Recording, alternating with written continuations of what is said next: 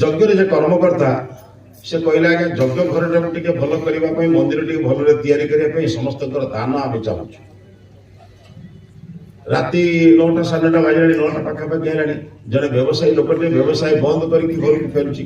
ଆଶ୍ୱାସ ମାଗିଲାଣି ଗଲାବେଳକୁ 15 ମିନିଟ୍ ଖଣ୍ଡେ ବସିଦେଇକି ଯିବା, ଟିକେ ପ୍ରବଚନ ଶୁଣିକି ଯିବା। ସେ ପ୍ରବଚନ ଶୁଣିବା ପାଇଁ ଗଲା,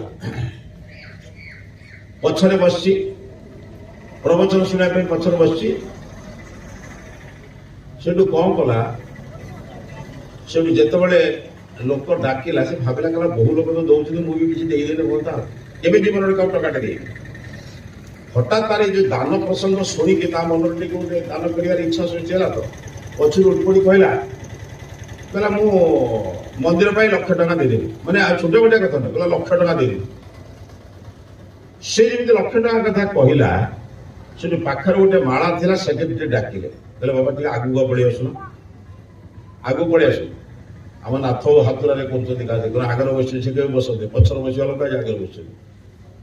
କାହିଁକି ସମସ୍ତଙ୍କୁ ଆଗରେ ବସେଇକି ସେ ପଛରେ ବସିଥିଲେ, ଆଜି କାମ କରିଛନ୍ତି ବୋଲି ଆଗରେ ବସିଛନ୍ତି। ତେଣୁ ସେଥିପାଇଁ ଏତେ ପଛରେ ବସିବା ଲୋକଟା ଆଗକୁ ପଳେଇଲା। ରାଗିକି ଉଚ୍ଛନ୍ନ କହିଲା ମୁଁ ଆଗରୁ ତ ମତେ କାହିଁ ଡାକି ତମେ ଆଗରୁ ବସଉଥିଲଣି, ମୁଁ ଆଜି ଯେମିତି 1,00,000 ଟଙ୍କା କହିଦେଲି ସେଇ ଡାକିଲେ ମତେ ଆଗରେ ବସେଇକି ଫୁଲମାଳ ଦଉଛ। ଆଉ କଣ ଠିକ କଲା ନା ଭୁଲ କଲା? ଠିକ କହିଲା? ହଁ, ଆପଣଙ୍କ ବୁଝିଲେ ଆପଣ ଯାହା ବୁଝିଲେ, ମୁଁ ଦେଖନ୍ତୁ କେମିତି ସେ ବୁଝିପାରିନି କଥା।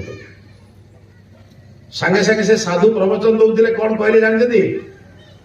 କହିଲେ ଭାଇ 1,00,000 ଟଙ୍କା ତୋ ପାଖରେ ବି ଥିଲା ଆଗରୁ, କିନ୍ତୁ ତୁ ରଖିକି କଣ କରୁଥିଲୁ? ପଛରେ ବସିଥିଲୁ। ଯେତେବେଳେ ତୁ ସେ 1,00,000 ଟଙ୍କାଟା ଦବା ପାଇଁ କହିଦେଲୁ, ପ୍ରକାଶ କରିଦେଲୁ, ସେତେବେଳେ କୋଉଠି ଗାଇଲୁ?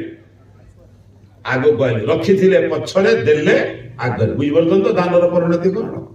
ରଖିଲେ ପଛରେ, କାହିଁକି ଜାଣିଥିଲେ କି? କଣ 10 ଥର ପକେଟକୁ ଏମିତି ଅଣ୍ଡାଳିକି ବସିଥିବେ ନା ଟିକେ ନେଇଯିବ। ଆଉ ଯାହାର ନାହିଁ ତାର କଣ ଅଛି? ଯେ ଦେଇ ସାରିଲା ପରେ କଣ ସେ ଆଗକୁ ଯିବ, ହାଲକା ହବ, ଆଗକୁ ଯିବ, ଉପରକୁ ଯିବ ନା ତଳକୁ ଯିବ? ନିକିତରେ ଯୋଉ ପଟ୍ଟା ଓଜନିଆ ହୁଏ ତଳକୁ ଯାଏ ନା ଉପରକୁ ଯାଏ? ଆପଣ ହାଲକା ହଉନାହାନ୍ତି, ଦେଲେ ହାଲକା ହେବେ ନା ରଖିଲେ ହାଲକା ହେବେ? ଆଉ ବୁଝିଲେ ହବ। ଦାନ ପ୍ରସଙ୍ଗ ବୁଝିପାରୁଛନ୍ତି ତ?